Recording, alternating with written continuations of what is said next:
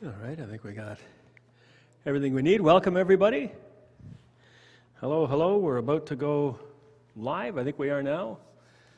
And welcome, everybody who's joining us through the magic of live stream and our YouTube and Facebook and website channels. It's good to have everyone here. We apologize. We had some technical difficulties on Sunday morning, so we weren't able to live stream. And unfortunately, we didn't discover that until the last minute. But we were able to get our service recorded and up on our website by mid-afternoon. And so I'm grateful to our AV team for managing to do that. And I'm always grateful to the good folks who are providing sound and recording and transmitting this evening. And it's a good time to remind you that you can always catch up on episodes, I guess, Bible studies from the past, by just going to our website, and they are all listed there, including Will's very fine Bible study last week on the beginning of Mark chapter 10. And Will, thank you very much for doing that. You did a good job. A lot of fine comments from people on that too. So before we begin, are there any questions from last week? Anything that Will said that was just too confusing for you that I could clear up? Will, anything at all? Yeah, all kinds of stuff. That's good. But if there is nothing, then we'll proceed. Mark chapter 10, verses 32 through 52. And again, those of you who are here, if you have a question, don't hesitate to ask it. And those who are joining us on live stream, just send a note through on our YouTube channel, and she will alert me to that. So look forward to those. So, we read, they were on their way up to Jerusalem, with Jesus leading the way, and the disciples were astonished, while those who followed were afraid. That's rather strange, but before we get into the strange part of it, let's take a look at that first line, on their way up to Jerusalem. Now, it is helpful for us to have geography here, and I'm going to show you a map in a moment, but Mark has drawn a map for us over the path that Jesus and the disciples have taken over the week leading up to this moment. It started out, if you recall, they were way up north at Caesarea Philippi, maybe even a little further north for the Transfiguration, if indeed that did happen at Mount Hermon. And then we're told they headed back south, and they passed through Galilee and into their home base of Capernaum on the north shore of the Sea of Galilee. And then the beginning of chapter 10 had us heading south again into the region of Judea and across the Jordan. So here's a map, and I've drawn a very helpful red line there. It's meant to have that crook. That crook goes around the Sea of Galilee. So if you start all the way at the top, you're in Caesarea Philippi. Just above Caesarea Philippi is a little triangle which indicates the location of Mount Hermon. And so they traveled down into Galilee, which is sort of the brownish area there, down through Galilee, back to their home base of Capernaum. And then we're told they went down, and they would have passed along the east side of the Sea of Galilee. And one of the reasons that we're usually pretty sure that it describes Jesus as going down the east side is because on the west side is King Herod's new capital city in Galilee called Tiberias. And a lot of faithful Jews avoided that area because it was built on the location of a very prominent cemetery, and so it was considered unclean. But it was also wise for Jesus to avoid that area because getting too close to King Herod and his minions could have been quite dangerous, given what had happened to John the Baptist. And so Jesus takes the longer route, which is along the east side of the Sea of Galilee, and then all the way down to the next brown area, and that next brown area is Judea. And we're told that Jesus went down to Judea across the Jordan, so is likely at Bethany, east of the Jordan, and that's where they were. And what's interesting there is that that's John the Baptist's old stomping ground, just outside the jurisdiction of the temple authorities. And the reason that John the Baptist was able to preach as he did with impunity and be able to refer to the Pharisees and temple officials as brood of vipers and so on. It's because they couldn't do anything to him. He was, in our terminology, across state lines, and they had no authority to arrest him on the other side of that line. Jesus returns to that very, very same place where his ministry began, and that's where he's going to be ending his public ministry before he goes up to Jerusalem. We read that he was there long enough to attract crowds, and we're also told that he taught them. It doesn't say he baptized them. It says that he taught them. The baptismal component of his ministry is perhaps not at an end. It doesn't mean that the disciples weren't baptizing, but that doesn't mention that as what Jesus was doing there and at that time. So it's kind of interesting that he returns to home base. Yeah, Gary.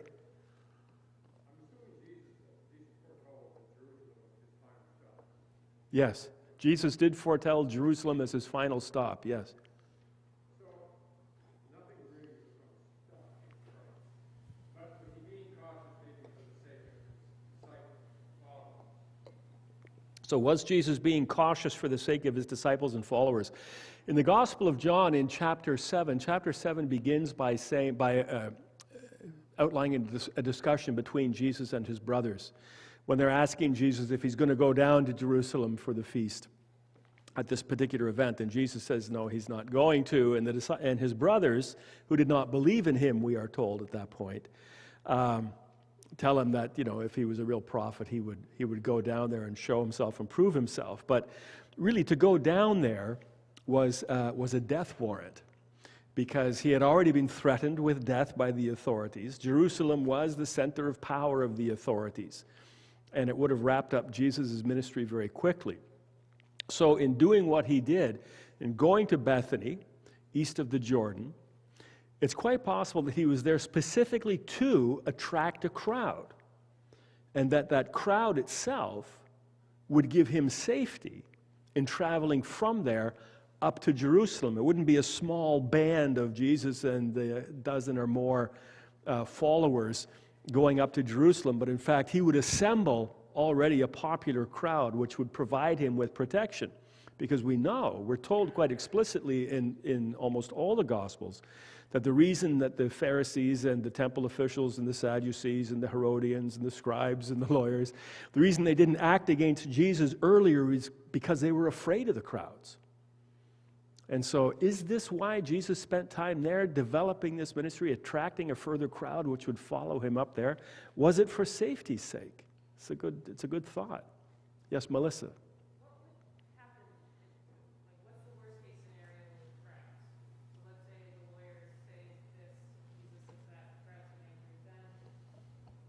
So what's the worst case scenario with crowds? Why are crowds providing protection?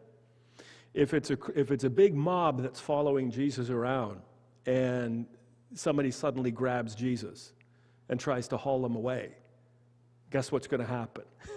The crowd could very well react violently against him. Or the crowd would then spread all the way through, everyone would scatter, but they would spread the news very quickly that these bad things had happened to Jesus and raise popular support. And so this is why when Jesus ultimately was arrested in Gethsemane on the Mount of Olives, it was at night, in the middle of the night, when there were no crowds around. So is that why Jesus is there assembling these crowds whom he's teaching? It's a thought.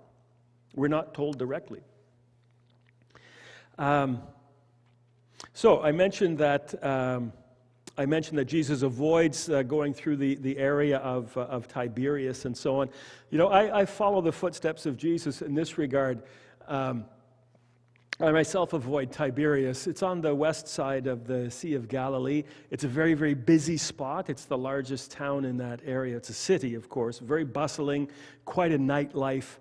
And if you're staying there as part of a pilgrimage group, you really don't have good access to the Sea of Galilee. There's a big concrete breakwater, and there's disco music playing and all that kind of stuff. It's not what you have in mind. I like to stay completely on the opposite side of the lake, just below the area where the man was afflicted with the legion of demons and the pigs ran into the lake. That's where I like to stay, a place called Kibbutz and Gev, and you can see the lights of Tiberias across the water. But more importantly, you can hear the frogs and the birds and all the rest of it. It's a beautiful, peaceful spot. So like Jesus, I avoid Tiberias. But now where it's described as being on their way up to Jerusalem. Now that's both a geographic and a spiritual reference. It's geographic in the sense that Jerusalem is high up in the Judean hills. It's at 780 meters elevation, 2,500 feet. And the baptismal area where Jesus is located at this point, just down by Jericho, is 260 meters or 850 feet below sea level. And so the difference between them is more than a kilometer in height. And so when you're walking from Jericho up to Jerusalem, it's quite an uphill climb and can be quite a different climate as well. It can be snowing in Israel is just a pocket of microclimates. It could be snowing in Jerusalem, and you can be swimming in the Dead Sea on the same day, right by Jericho. It's quite fun in that regard. But it's not only a geographic reference, it's a spiritual reference as well. To go to Jerusalem, in Hebrew, if you're going to Jerusalem, you say you're making aliyah. Aliyah. And aliyah means to go up. To this day, no matter where in the world you're traveling from, you can be traveling from the top of Mount Everest. But if you're going to Jerusalem, you are said to be going up. You're making aliyah. In fact, if you're moving to Jerusalem, if somebody, well, I'm moving. Where are you going? Well, I'm making aliyah. That means you're moving to Israel. But the phrase is more specifically referred to by Jerusalem. If you're leaving Jerusalem, even if you're going in a helicopter, you are said to be going down, yeridah. So to go up to Jerusalem is aliyah. To leave Jerusalem is to go down, yeridah. Because Jerusalem, from the Hebrew perspective, is the spiritual high place of the whole world, or the Acropolis of the world. You've heard of the Acropolis in Athens, yeah? And if you're in Athens, you've got this massive city, but then there's quite this very steep hill right in the middle of it, and on top of it are those famous temples that we see, and that is known as the Acropolis. Now that's the Acropolis in Athens, and the Parthenon is the name of the temple on the top. But Acropolis means the high place, or the high city, or really the high point of the city. And so many cities in the ancient world had an acropolis, had a high point where the temple was located. Jerusalem, the temple, is on the high point of the city. You're looking down towards the old city, quite steeply down. In fact, if you're in the so-called old city of Jerusalem, meaning the city of David, the old city of Jerusalem, down to the Pool of Siloam, for instance, it's good for the calves to walk all the way up to where the Temple Mount is located. It is the Acropolis, the high point, the holy point of the city. And in Jerusalem, it's considered the holy point of the world. If you look at maps that were drawn in medieval times, European maps and so on, it will have Jerusalem at the center of the map as the center of the world, not only the high place spiritually, but the geographic center of the world. And if you go into the church of the Holy Sepulchre, you come right through the main door, and you're facing something called the Stone of Unction. And as you're proceeding through the main door, over to this side is the edicule, the place of the resurrection. Immediately to your right is where you go up the stairs to the second level to approach Golgotha. But if you're going towards the edicule side, and you make a very quick turn towards the right, you're entering the big Greek Orthodox sanctuary in the Church of the Holy Sepulchre. And right About 10 feet in the doorway is a very fancy-looking marble pillar, only about that high. And that marble pillar is called the ophthalmos. The ophthalmos. Nope, that's the ophthalmos. The yes, 10 points off your Greek test, Melissa. The belly button. That's the belly button of the world.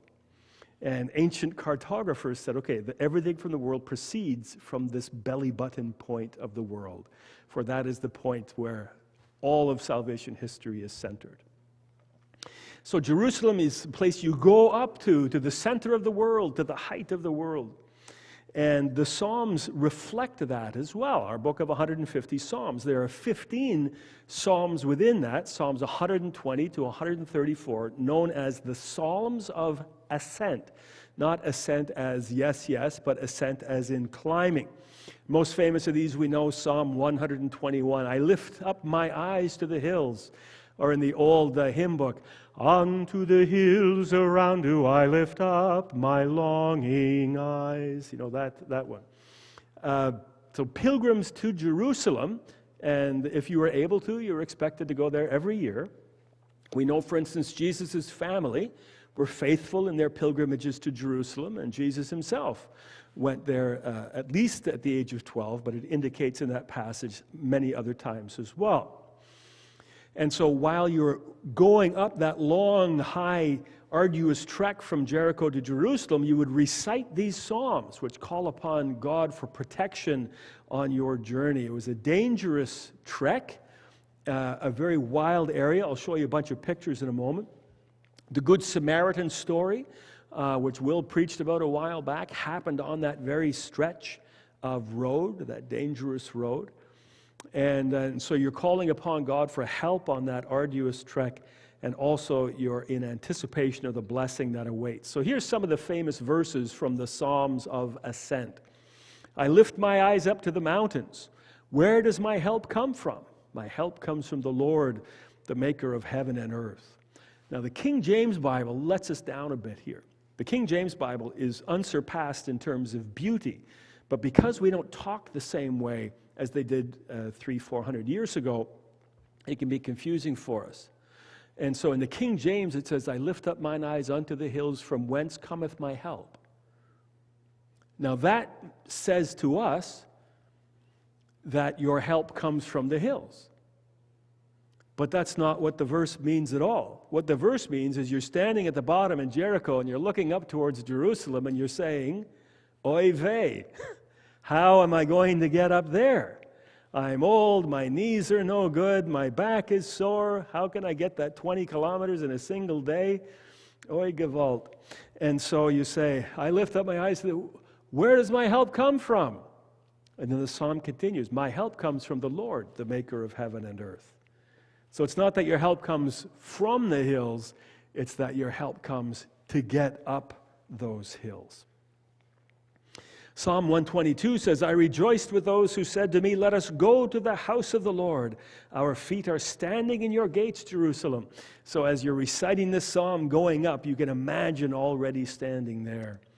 Psalm 125, those who trust in the Lord are like Mount Zion. Mount Zion being one of the hills. Jerusalem is comprised of 5 hills, and Mount Zion is one of the primary hills where our church gets its name. Those who trust in the Lord are like Mount Zion, which cannot be shaken but endures forever. As the mountains surround Jerusalem, so the Lord surrounds his people both now and forevermore. And the mountains do surround Jerusalem. It is in hilly country. If you don't believe that, check out your calf muscles at the end of a day of walking around the city of Jerusalem, because it's stairs, stairs, stairs, stairs. 126, when the Lord restored the fortunes of Zion, we were like those who dreamed. Zion became sort of the catchphrase for all of the city of Jerusalem. Our mouths were filled with laughter, our tongues with songs of joy. Then it was said among the nations, the Lord has done great things for them. The Lord has done great things for us, and we are filled with joy. So you've made that arduous trek from wherever you may be, all the way to Jericho, then all the way up from Jericho into the holy city, and then you rejoice. So those psalms, which were doubtless recited by Jesus and the disciples on their journey, if you ever want to know what songs did Jesus sing, what prayers did Jesus pray, you can bet, although you're not supposed to bet, that Jesus took advantage of these psalms of ascent. And those psalms conclude with a crescendo of praise, a celebration of unity, and a blessing upon those who serve in the temple. In fact, whenever I travel to Jerusalem, ascending that steep road from Jericho, I always talk about these psalms of ascent. And I usually sing for the group Psalm 121, I joyed when to the house of God. And Psalm 121 is special to me not only because of these trips to Jerusalem, which I've made many, many times, but also because it was the traditional psalm which closed every General Assembly of the Presbyterian Church in Canada. And for about 15 years or so, while we were still following those hallowed traditions, I had the honor of leading the assembly as the cantor for those songs. And it goes, I joyed when to the house of God go up, they said to me, Jerusalem within thy gates, our feet shall standing be. That convoluted Scottish meter, and it goes on for many, many verses there. So those are the psalms and songs that would have been spoken of. I'm wondering where all my pictures went. I had pictures, maybe they're a little later on. I've gotten confused. Mark continues, they were on their way up to Jerusalem, with Jesus leading the way, and the disciples were astonished, while those who followed were afraid. That's a very strange verse. Jesus is leading the way, Mark specifies. That's a strange thing. While they're on their way up to Jerusalem, Jesus leading the way. You see, salvation history is underway, and Jesus is leading his people. And we're supposed to immediately think of Moses leading the people through the desert, and Joshua leading the people across the Jordan and into the promised land. And it's going to take a lot of courage for Jesus to lead the way, because he knows what's coming. And if Jesus isn't leading the way, who's going to lead the way? And it's not going to be Peter, who thinks this is a bad idea, or the other disciples who we're told are astonished and afraid. They're not going to lead the way. Jesus is the one determined to lead the way. It tells us in the Gospel of Luke, after the situation at Caesarea Philippi, where Peter proclaims Jesus to be the Messiah, it says, Jesus set his face for Jerusalem. That means he looks there and he would not be dissuaded from that path. That's Luke's way of phrasing Jesus led the way. And the disciples were astonished, while those who followed were afraid. Now, all of them know, regardless of Jesus' predictions, that danger awaits them in Jerusalem. They didn't seem to fully buy into Jesus saying, look, this is what's going to happen to me. Instead, they know that it's going to be dangerous there. You might remember from the Gospel of John, when Jesus and the disciples get news about Lazarus, right? The Lazarus is dead. And Jesus is stalling to go and see Lazarus. He's got another plan in mind. And when finally he decides to go, Thomas says, well, let's go and die with him. They know it's dangerous. Okay? So Jesus and the disciples have been carefully avoiding the centers of power controlled by Jesus' opponents, like Tiberius. Now they're heading right into the lion's mouth, and the Jesus retinue, which we're told consists of more than the disciples, dread what is to come. And what do I mean more than the disciples? The disciples were astonished, while those who followed were afraid. So you've got the group, the inner circle, and then you've got another group who are following along, perhaps that crowd that Jesus had attracted, along with the women who are following from Galilee. We're told that they accompanied Jesus and the disciples on these journeys. So, again, he took the 12 aside and told them what was going to happen to him. We're going up to Jerusalem, he said, and the Son of Man will be delivered over to the chief priests and the teachers of the law. They will condemn him to death. They will hand him over to the Gentiles, who will mock him and spit on him and flog him and kill him. And 3 days later, he will rise. So Jesus is getting very specific now in what is to come. So, hearing this, it's small wonder they were astonished and afraid. If that's what was going to happen, why on earth would you go? It's the third time Jesus predicts what is going to happen in this time of his suffering. The first time he predicted that was at Caesarea Philippi. If you remember, Jesus says, "Who do people say that I am?" And then, "Who do you say that I am?" And Peter says, "You're the Christ, you're the Messiah." And then Jesus says, "Yes, and the Messiah is going to suffer and die." And Peter says, "That's a terrible idea." So that's the first time. And the second time is right after the Transfiguration. And now this, as they're about to make their ascent, their aliyah to Jerusalem. Now, the timing of these are significant. Jesus reveals these things at very significant times. So first, after he's identified by Peter as the Messiah, Jesus explains what the Messiah really means. It means someone who will suffer and die. The second time, after the revelation of his full glory at the Transfiguration, it shows that to suffer and die doesn't imply that he is a failed Messiah, but that this is part of the plan. Part of the glorified Messiah is going to undergo these things. And now at the onset of his journey to Jerusalem, it's that this is not accidental. It's intentional. Even the specifics are intentional. It must happen.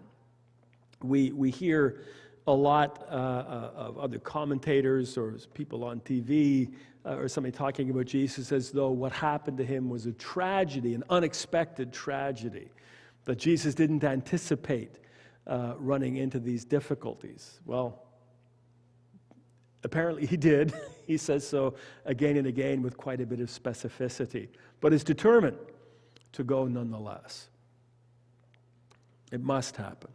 Now, you might notice if you read these predictions one after the other, you'll notice that they differ slightly. They rise in intensity every time. The first time, Jesus describes himself as rejected by the religious authorities.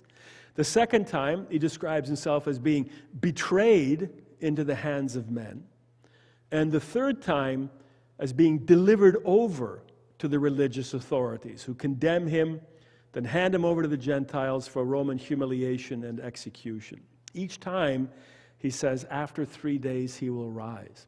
So you see how they become more descriptive and more intense in their descriptions. To be rejected by the religious authorities, well, that's no surprise to the disciples. They've seen that happen with the Pharisees already. But the second time, betrayed into the hands of men, that's a little more ominous.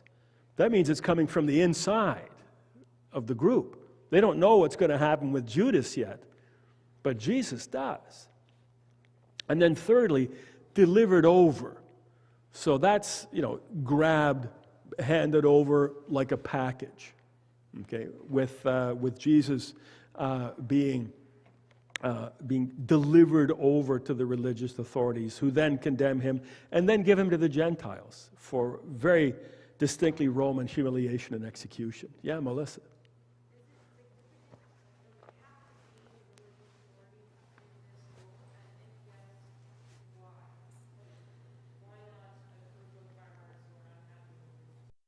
Okay, so why does it have to be the religious authorities who reject Jesus?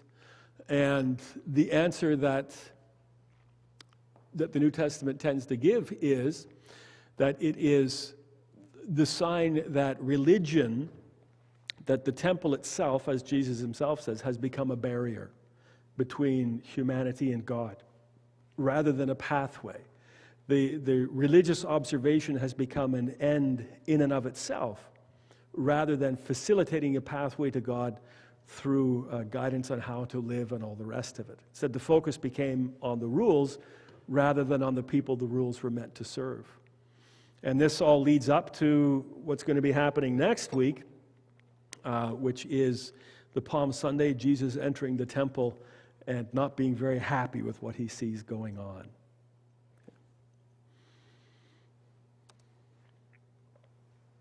Questions? Other questions so far?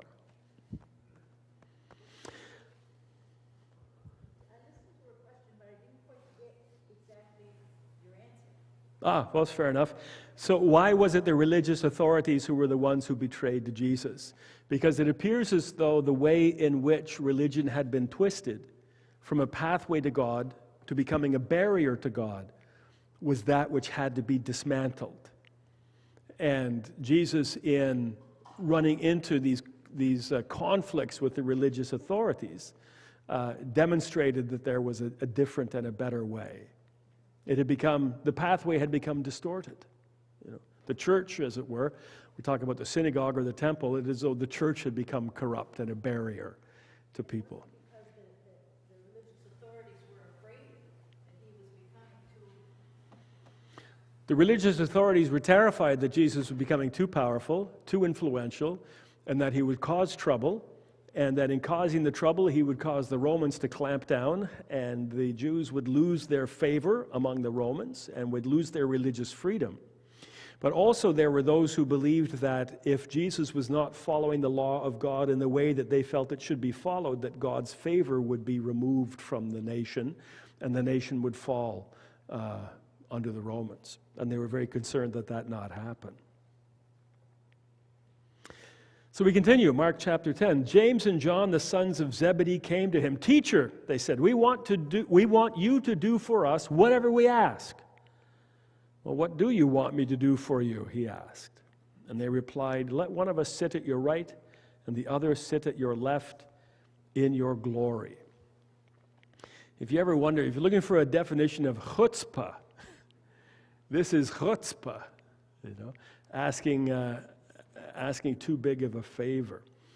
And what's happening here is that despite Jesus' predictions, the disciples are still clinging to that old model of the militarily triumphant Messiah. And James and John callously demand that Jesus do for them whatever they ask, which is to sit at the right and the left side of Jesus in his glory. You see, they're picturing the king on his throne, the triumphant king. You've defeated the Romans, you've thrown them out, you take your seat, you're on the throne, and your favorites are on either side. Now they're in power. Okay? James and John want to rule. That's the sign of rulership and of power. If you're on the right and left side of the king, you're the guys in power. That's what they want. They're just absolutely missing the point and refusing to grasp what lies ahead. Who was on the right and left-hand side of Jesus in Jerusalem? The thieves on the cross. Right? You don't want to be on the right and left-hand side of Jesus in this image of the Messiah. James and John still didn't understand that. And so Jesus says, you still didn't understand that. He says, you don't know what you're asking. Can you drink the cup I drink or be baptized with the baptism I'm baptized with? We can, they answered. Well, Jesus is asking them if they're prepared to suffer as he is prepared to suffer. And he's using the illustration of the rites of communion and baptism. Okay, once again, he says, can you drink the cup I drink or be baptized with the baptism I am baptized with? So we understand that the symbolism of communion as representing the sacrifice of Christ, the giving of his body and his blood, and baptism as representing his death and his resurrection. That's a representation that we don't use as effectively in the Presbyterian Church or the other churches which use sprinkling for baptism, although sprinkling was extensively used in the early church as well. But the idea of being fully immersed in the water and then coming up is like being buried and then raised to new life, which is an important image of baptism, which we don't do as effectively. Now, not only because we that's only because we baptize babies, because we do the same with adults. Although I myself have baptized people in places like the Sea of Galilee, for instance, and have done so with immersion. But there are churches like the Orthodox Church, for instance, when they're baptizing a baby, that baby knows they're baptized. They get plunged in the water numerous times, quite forcefully. And like I say, they know they've been baptized. I would just love once in my life, just to say, well, you have a different baptism font today, and you have something about 3 feet deep, and you take the beautiful little baby and plunge, plunge, plunge, plunge, just to see the parents' reaction. It'd be fun. I would not like that done to my grandchildren, I have to say, but it's quite dramatic. If you want to see something really eye-opening, look up Greek Orthodox infant baptism on YouTube or something, and you'll be in for a bit of a shock. And nonetheless, Jesus is saying, look, are you guys prepared to suffer and die like me? Oh yeah, 100%, they say. Well, you will drink the cup I drink and be baptized with the baptism I am baptized with, says Jesus. Bad times are ahead. Jesus predicts that they will indeed suffer in the future. James will be killed by Herod Antipas, put to death by the sword, the first of the 12 to die. Now John, if it is the John of the Revelation, will be the only apostle to live to old age, but he will suffer persecution, imprisonment, and if church tradition is to be believed, he will suffer poisoning as well, which he will survive.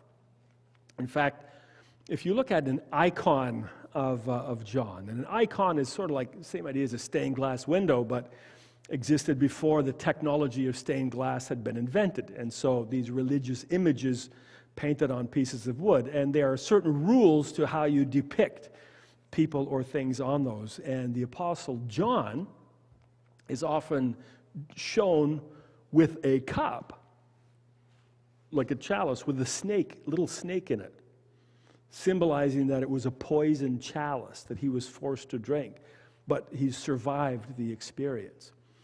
And some say that church tradition or that ancient tradition, if it wasn't actual, that it perhaps evolved out of Jesus saying, you're going to drink this chalice. Okay.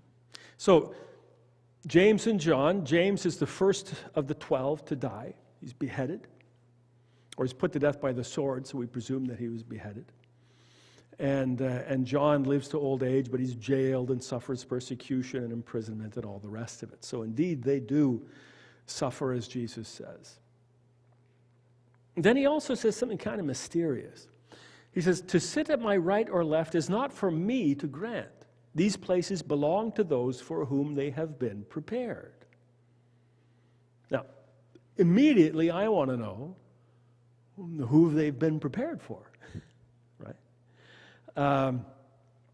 But what's being implied here is that what is happening and what the present and the future is the outworking of a long-established, long-prepared plan. Jesus is saying, no, who sits on my right and left, that's been decided already elsewhere. The future goal is set, the plan is in action. But to whom are the places of authority given? Is it possible that we've already been given the answer with the transfiguration event with Moses and Elijah right there? Is that what we're seeing? Do Moses and Elijah have the right and the left seat? Now, throughout church history, other possibilities for those on the right and the left include Mary and John the Baptist.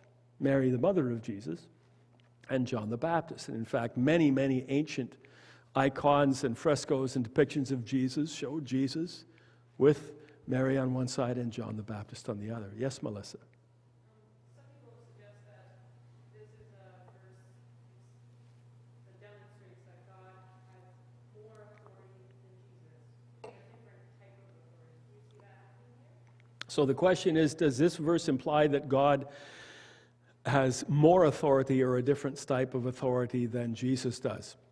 I describe the verse as a mystery specifically because there's nothing that compares to it overly much. Jesus in his earthly ministry always defers to God the Father.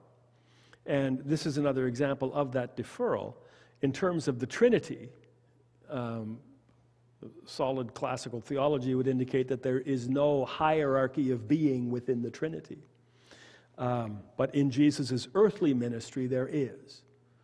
Father, Son, and Holy Spirit are seeming to exist in a hierarchy of sorts. Jesus defers to God, and that's as much as I would be happy to say about this passage.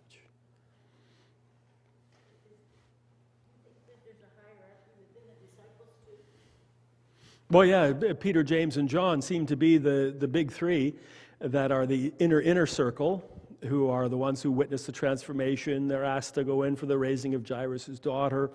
They're asked to go with Jesus while Jesus is praying in Gethsemane while the others remain behind. So there does seem to be an inner circle, and church tradition would put Peter at the head of that circle. And it's kind of surprising that not too long after that, let's say about 15 years after the resurrection of Jesus, Jesus' brother James is already seeming to be the one with greater authority than Peter. I seem to remember a reference that John was the disciple whom Jesus loved. Yeah, John's disciples describe John. Their name, their title for John is the disciple whom Jesus loved, because they loved him the most. That's their mark of affection for their leader, John. Yeah.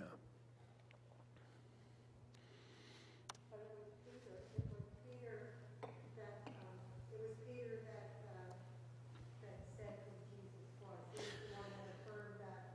That's right. Peter is the one who confessed Jesus as the Messiah, and in the book of Matthew, it seems very clear as though Peter's put in charge.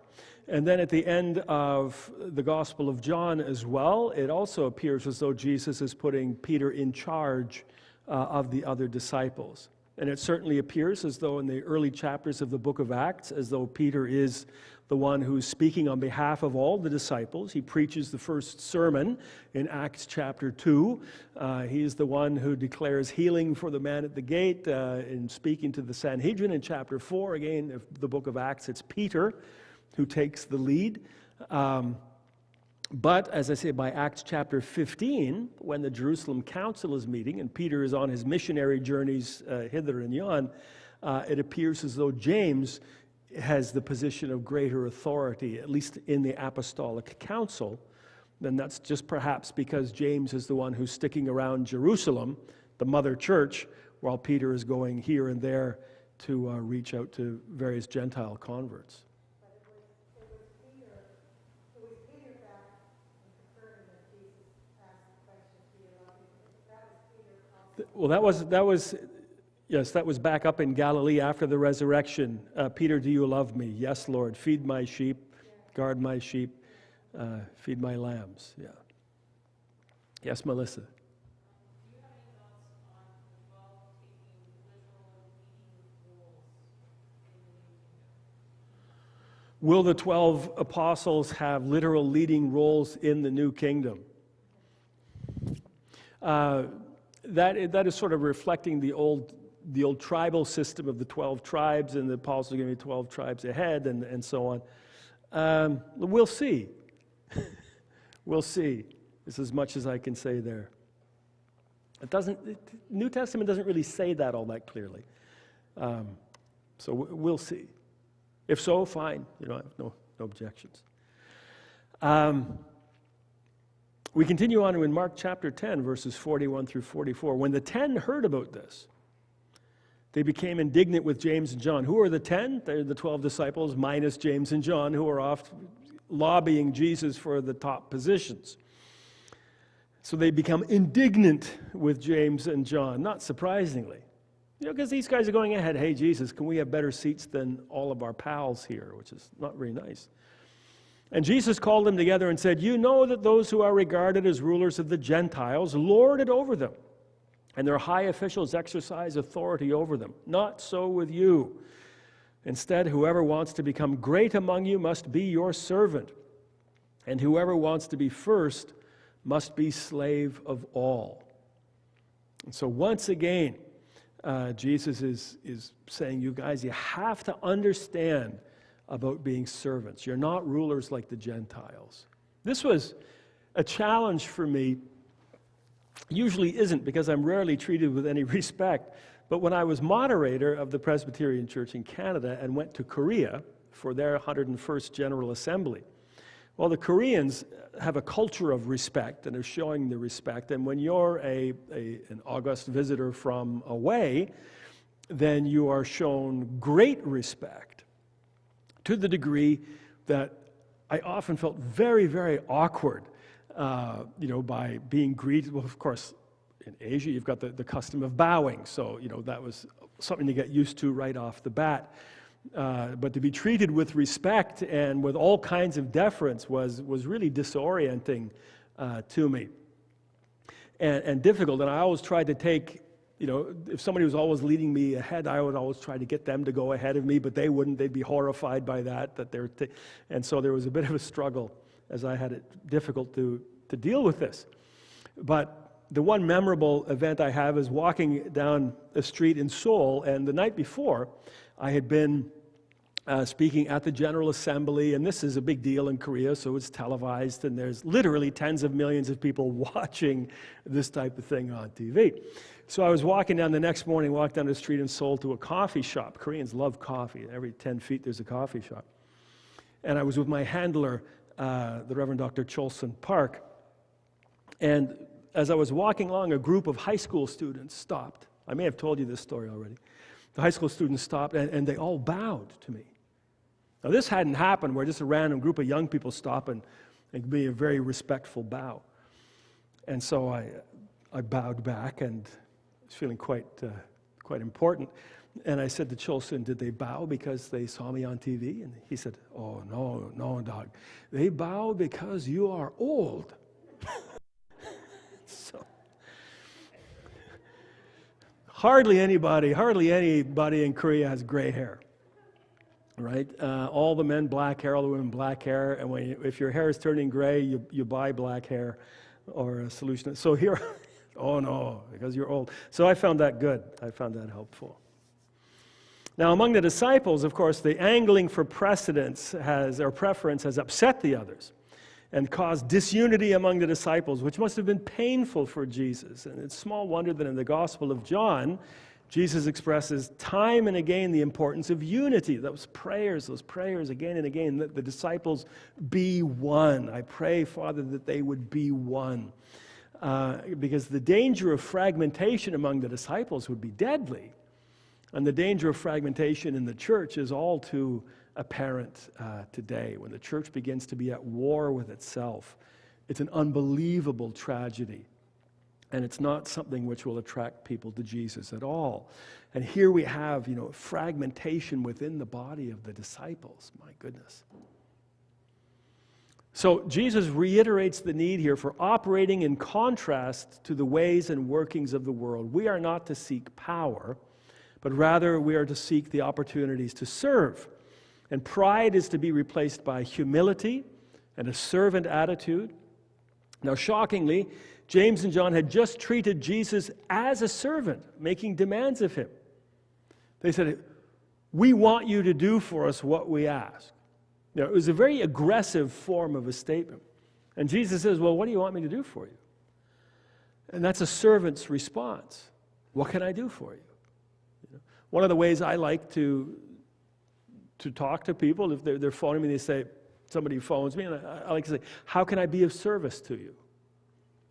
That I'm trying to reflect this attitude. How can I be of service to you? Jesus had been modeling his servant attitude to the disciples already, and the reaction of James and John was to try to take advantage of that. Right? What can you do for me? We demand that you do for us what we ask. So Jesus has to say it even more strongly.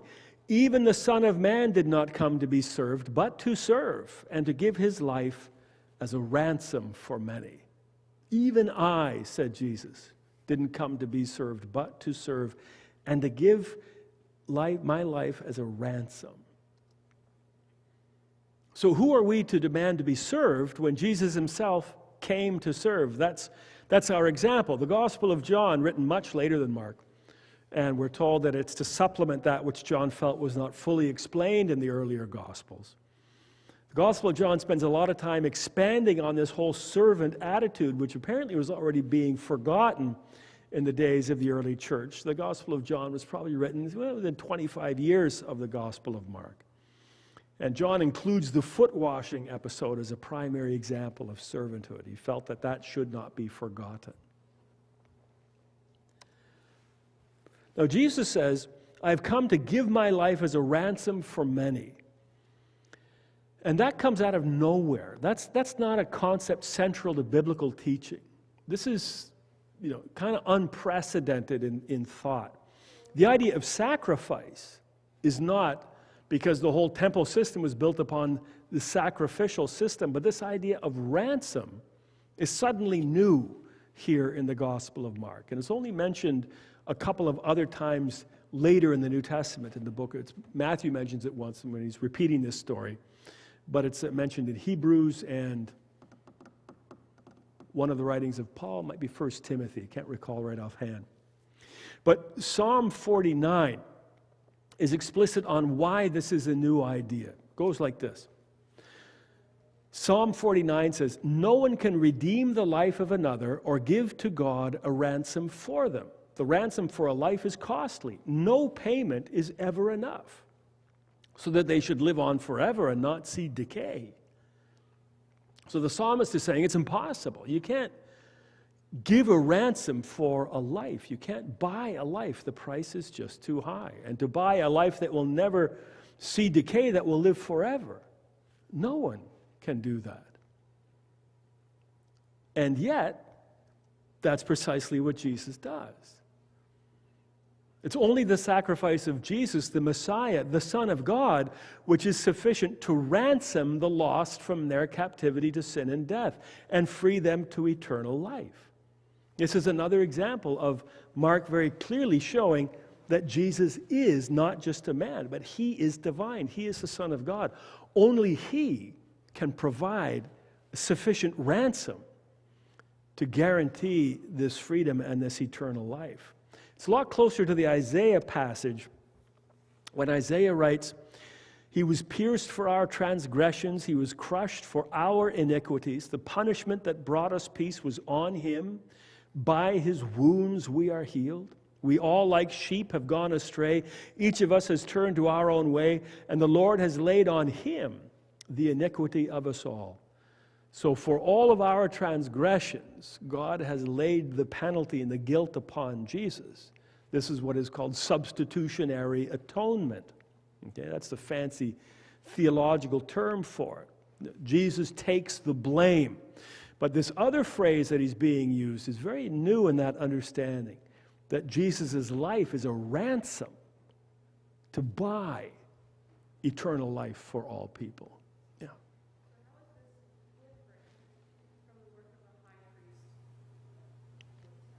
The high priest isn't giving a ransom. The high priest is sacrificing these animals and so on as a sign, as a message, as an act, a liturgical act, right? What Jesus is doing is an actual self-sacrifice, which provides not only atonement, doesn't only provide forgiveness, but it is a ransom. It buys us back. I guess it's in Romans, it poses. What's that? It's the agreed-on method that God had agreed on with the people, but it was always inadequate. The animal sacrifice was always inadequate. It was to teach the people very much the cost of transgressions. If you sin, it costs. It costs God, it impairs life, it costs the world.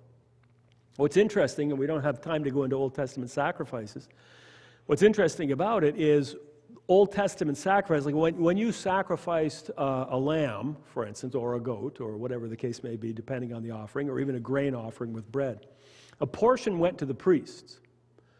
The rest of it had to be consumed by the end of the day and shared with the community. So there was a healing of relationship going on. You had to throw it, you had to throw a potluck. So if somebody came to me and said, so let's say Doug McDonald comes to me and he says, I've done this terrible thing. what do I do? And I'll say, Doug, you know, you're going to have to make a sacrifice to make up for that. And your sacrifice is you're going to have to throw a big dinner and invite not only your family, but the family that you have wronged. You see how that works? And then that reconciliation process has this opportunity to begin to work its wonder. But that's a whole sidebar into Old Testament sacrifice. Now maybe this is where I have my pictures. Yes, good. They came to Jericho as Jesus and his disciples, together with a large crowd, were leaving the city. So the baptism area of John, if you're standing there at Qasr el-Yahud, as it's called now, right on the bank of the Jordan River, you can see Jericho like 3 kilometers away, very, very clearly. It's up a little bit on a rise. And so they leave that area, they go to Jericho, and it's Jesus and his disciples, together with a large crowd. Okay, so he's assembled the protective detail, okay? Together with a large crowd, they're leaving the city. A blind man, and by the way, incidentally, we'll learn this next week, they're going up to Jerusalem for Passover. That's the big holiday. So it's not just people say, oh, instead of going to work, I'm going, like Gary was asking, well, don't these people have jobs? You know, but they're going up to Jerusalem for Passover anyway. But now they're going up as this protected body. So Jesus and his disciples, the large crowd, were leaving the city. So they're on their way up. A blind man, Bartimaeus, which means son of Timaeus, was sitting by the roadside begging. Now, so Jericho is the starting point of the Jerusalem road. So they're starting their journey up. And then they run into this otherwise nameless beggar, Bartimaeus. Now, think back to all of those miracles of the blind and the lepers and the lame and the paralyzed. How many times was their name mentioned? Jairus' daughter, but we don't know her name. Right? The woman with the hemorrhage, we don't know her name. The cranky guy who said, oh, you could really heal me if you wanted to, we don't know his name. Paralyzed, don't know his name. Here we know this guy's name, an otherwise nameless beggar, but his name is preserved on the record. When that happens, when somebody is named, notice it. That's why you're meant to notice that. Because we read that after his healing, he followed Jesus along the road. From this, we have a good indication that this otherwise nameless blind beggar, Bartimaeus, became a known figure to the early Christian community. Okay? Even to the degree that Mark explains his name. Oh, he's the son of Timaeus. You know? We're going to come up again to that kind of thing in Mark a little later on. So I'm setting the groundwork for a really far more exciting area too. But Bartimaeus is known to the Christian community. So here I've got I was wondering where I put all those pictures. So at the bottom of the screen here, you'll see a square. And that square is in Jericho. And you go up along the Wadi Kilt, all the way along this winding path, all the way up through those hills. Look at how rough that country is. Okay, all the way up to Jerusalem. So you can see it far, far in the distance. Now, in this image, on the left-hand side is the Judean desert. On the right-hand side is the Samaritan desert, the Samaritan desert. So it's not an accident that the Good Samaritan would be along this road as well. This is what the elevation looks like. Remember, you had to climb up a kilometer. You can see that Jericho is below sea level. That blue line going through the middle is sea level. Jericho is way below sea level. And then you have to go through all of these various peaks like Khan Saliba, Talat al-Dam and Khan Hatrura, Wadi Abdul, and all the way up, Qasr el-Yahud, all the way up over the Mount of Olives, down along the Kidron Valley, and then you're in Jerusalem. Okay, so boy, it's a climb and it's a rough walk. This is what the old road looked like. These guys are walking along the old road. And it's rough going. Can you imagine walking along that at night? And you know what the primary animal is along it? Jackals. And I've stayed in the Judean desert and heard the jackals singing all night long, which I thought was fascinating because I was safe inside my second-story room. Wadi Kelt is a beautiful overlook over the area, and you can see, I think that might be Kevin McKenzie from the back, I'm not sure. recognize his calves. And he's looking down into Wadi Kelt, and you're looking down to that wadi, and you can see sort of the edges of the road down in there to give you, again, an idea of this rough nature of this climb. And I don't know, can you see that monastery, St. George's Monastery, built right into the side of the cliff? I've never been there, but that's one of my future goals is to go. But that, again, another idea of that rough passage. Now you can understand why, the Good Samaritan could easily be waylaid. If you don't make this all in a day, you're in trouble.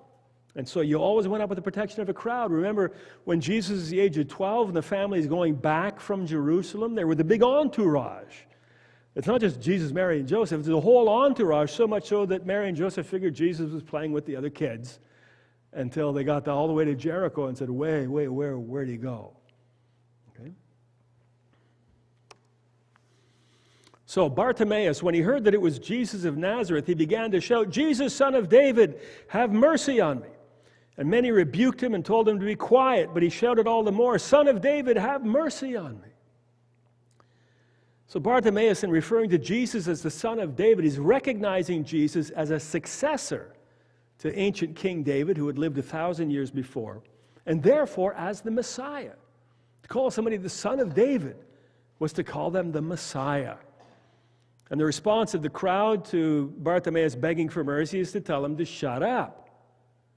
And we hope it's not the response of Jesus' followers. I really hope it's not some of the 12 saying, "Shut up."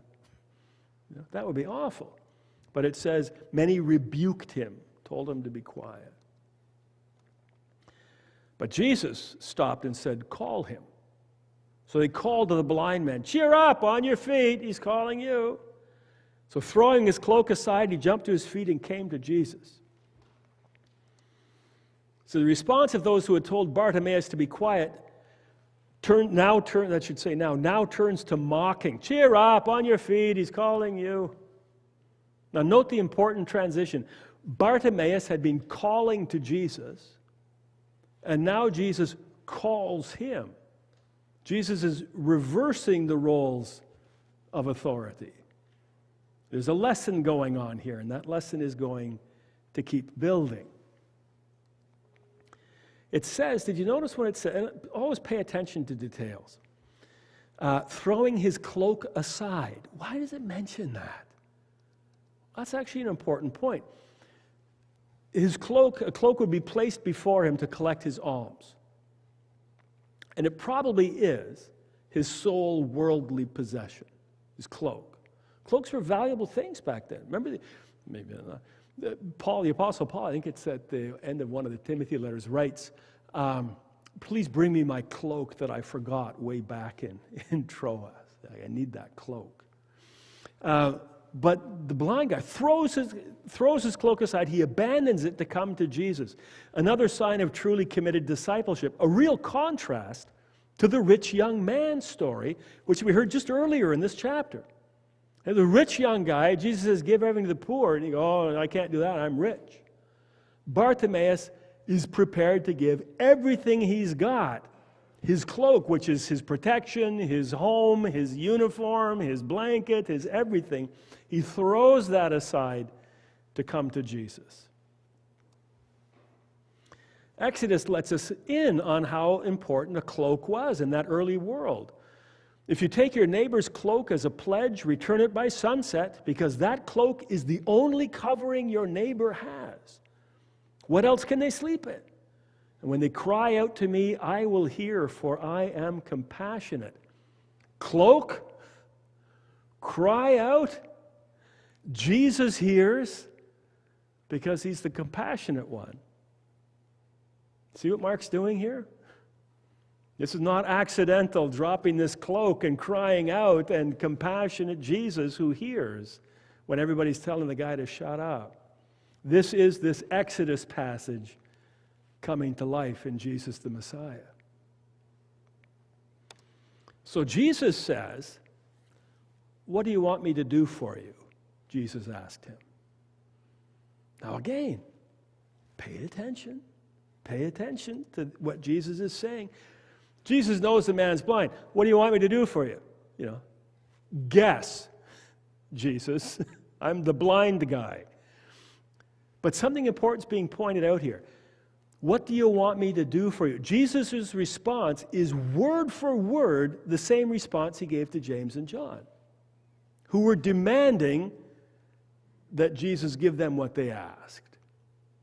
This guy comes, begs for mercy. Both times, Jesus, the perfect servant, says,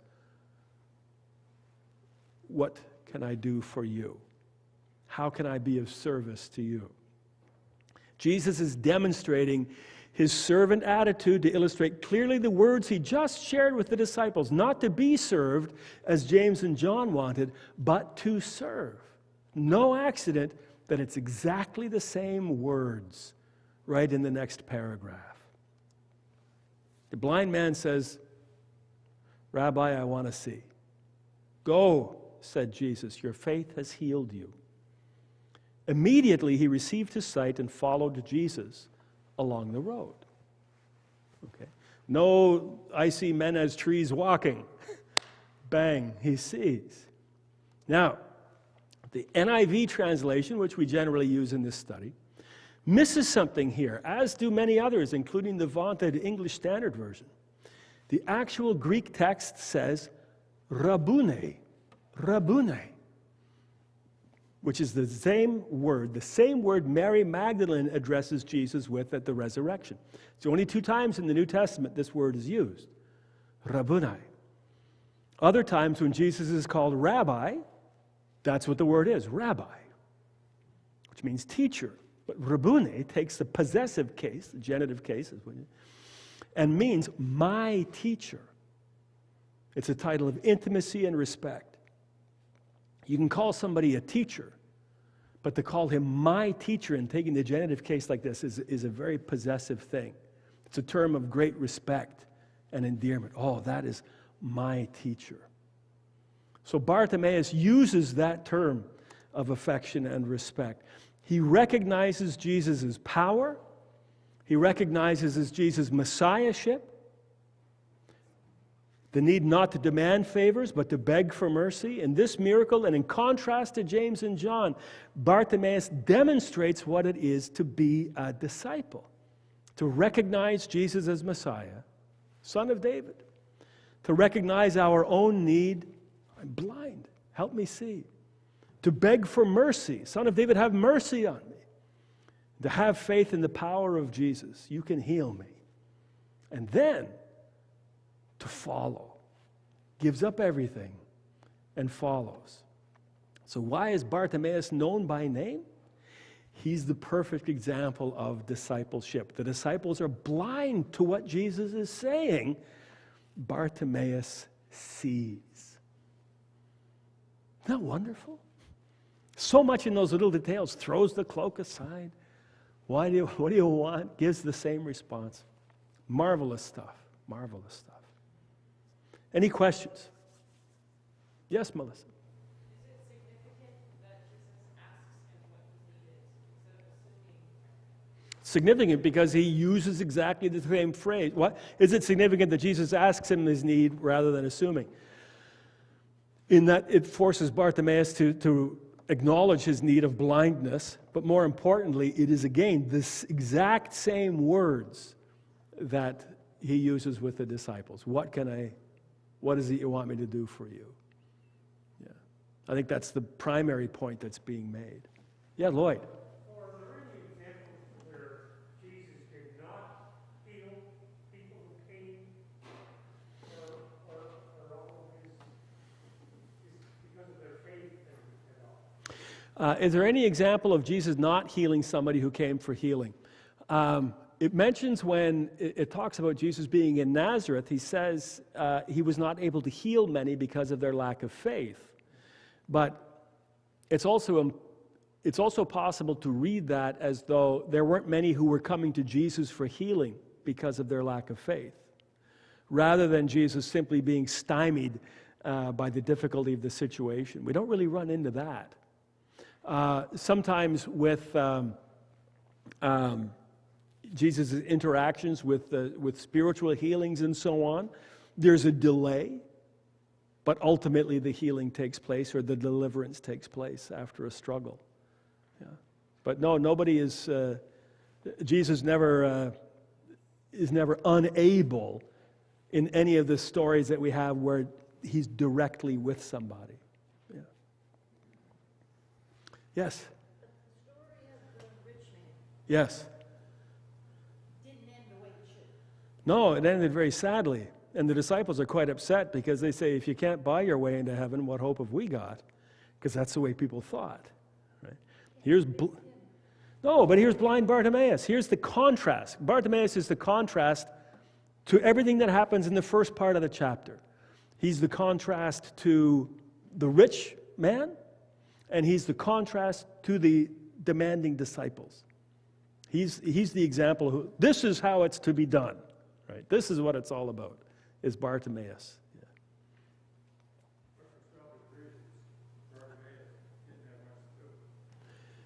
He gave it. It's like the point is Bartimaeus didn't have as much to lose as the rich young man. Jesus sort of corrects that point when he's talking about the widow at the temple giving an offering, and he says that widow gave everything she had, which means a lot more than the rich guy giving $100, which he's not even going to notice. And again, that's why I had that Exodus passage, so much so that the cloak is all you have to give. You have to make sure that your neighbor has his cloak at the end of the day because it's all he's got. So next week, believe it or not, Palm Sunday is coming early because it's part of our Bible study, and that's going to be Mark 11. So I'm looking forward to the entry into Jerusalem with this crowd that Jesus, you ever wonder, where'd all the people come who were praising Jesus on the way into Jerusalem? Well, read what happens the chapter before. Now we know where that adoring crowd has come from. So, but before we go, let us pray. Jesus, we give you thanks for the example of Bartimaeus and that perfect discipleship which comes to you for mercy, recognizing who you are, recognizing your power, recognizing our need, and coming to you in humility. Help us to see the truth before us. Bring healing to us and to those we love, to those who are in need of a healing touch of your hand. May we all follow you as we should. We ask in the name of Jesus Christ our Lord. Amen. We'll see you next week. Thank you very much, and God bless you all. Ooh, 10 minutes over. That's a first. It's a first.